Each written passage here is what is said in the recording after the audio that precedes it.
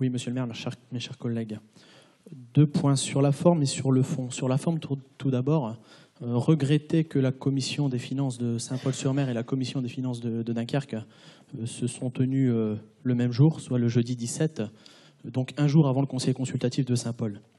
Voilà, c'était déjà une de nos demandes que ces commissions puissent être décalées et qu'on ait un temps assez important. 5 jours, c'est ce qui est convenu souvent, pour pouvoir avoir une commission pour poser nos questions et derrière avoir les réponses avant le conseil.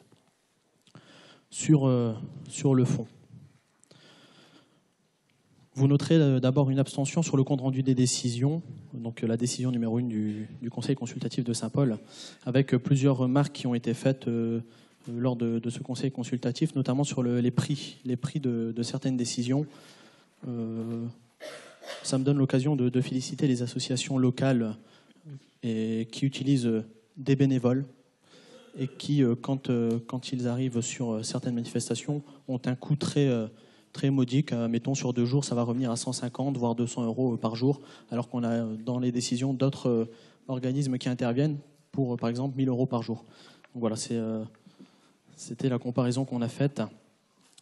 Sur la délégation du service public, donc la restauration municipale, un vote contre parce qu'on a été assez surpris lors de la commission finances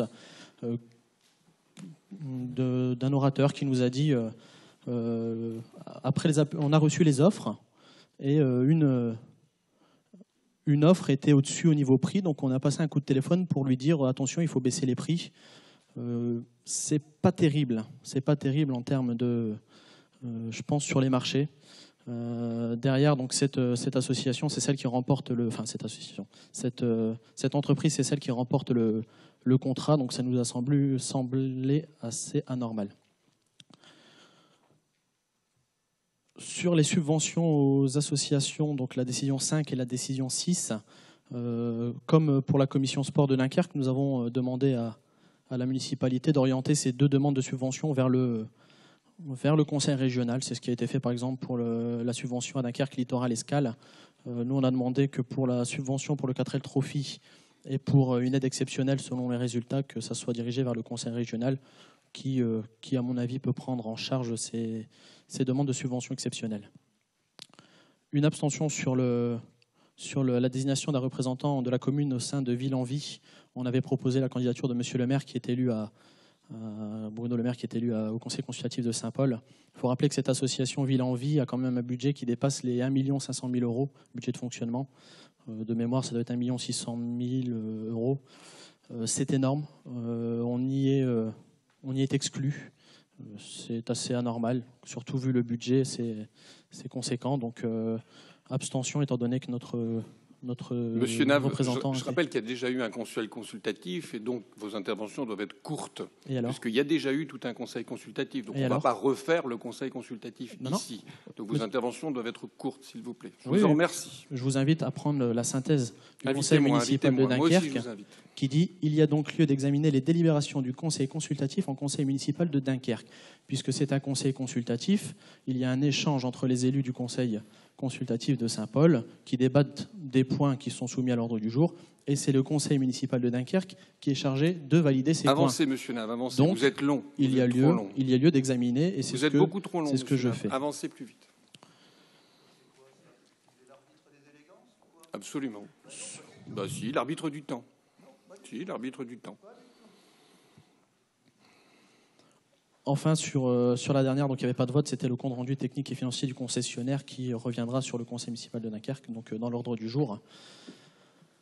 Une motion également déposée lors de ce conseil municipal par rapport à la piscine intercommunale qui est en construction, dont le chantier vient de commencer.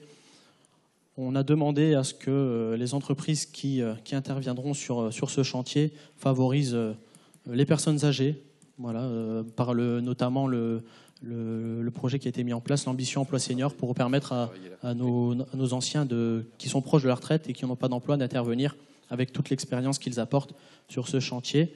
Vigilance également sur les travailleurs détachés qui pourraient y venir. On a tous en mémoire le terminal méthanier où longtemps on a alerté sur les travailleurs détachés, personne ne nous a écoutés. Et là, aujourd'hui, nombreux sont les élus qui viennent pleurer à chaudes larmes sur les emplois perdus. Donc, vigilance sur ce chantier. Et enfin, deux amendements que je vais vous présenter à la suite de mon intervention. Le premier amendement est sur la décision numéro 1, compte rendu des décisions prises par le maire. Cet amendement demande la pratique d'un achat public responsable. Il est ajouté, après le paragraphe d'introduction sur les décisions, l'article unique suivant. Dans le choix des prestataires, le maire accorde une préférence aux entreprises qui dynamisent l'économie locale. À chaque fois que c'est possible, le maire sélectionne une entreprise dont le bilan carbone et social est le meilleur. Il est de la responsabilité des politiques et de l'acheteur public d'utiliser tous les moyens à disposition pour satisfaire les besoins de la collectivité en dynamisant l'économie locale. Cet amendement a pour but de permettre à la ville de pratiquer un achat public responsable. Enfin, un deuxième amendement sur la restauration municipale, donc la décision numéro 2, agir en faveur des producteurs locaux. Il est ajouté l'article unique suivant. La municipalité favorise la mise en place d'un circuit court d'approvisionnement de légumes et de crudités pour alimenter sa restauration scolaire. L'objectif est de faire travailler les producteurs locaux et de permettre aux enfants d'apprendre à bien se nourrir. Depuis 2012, la municipalité de Lonne-Plage a mis en place un circuit court d'approvisionnement de pommes de terre pour alimenter sa restauration scolaire. La viande servie dans les cantines de cette commune est également produite localement. La commune doit être vigilante sur la provenance des aliments en insistant sur les produits régionaux. Le groupe Défi Dunkerquois demande que les légumes et crudités qui seront servis à la cantine proviennent de producteurs locaux. Cela permettra de garantir la qualité des produits servis. Dans le même esprit, la qualité des produits, la ville s'assurera que la viande servie dans les cantines scolaires n'est pas une viande issue d'abattoirs halal qui pratique un abattage rituel et engendre une souffrance animale. Merci.